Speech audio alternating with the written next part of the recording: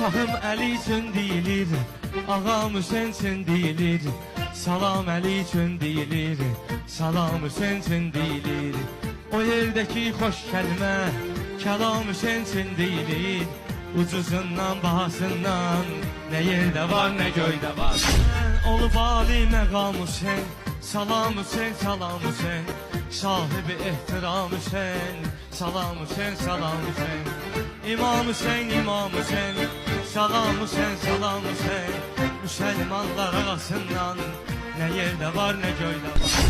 O bir cihanın kızı değil, o bir alem kızı değil. O bir cihanın kızı değil, o bir alem kızı değil.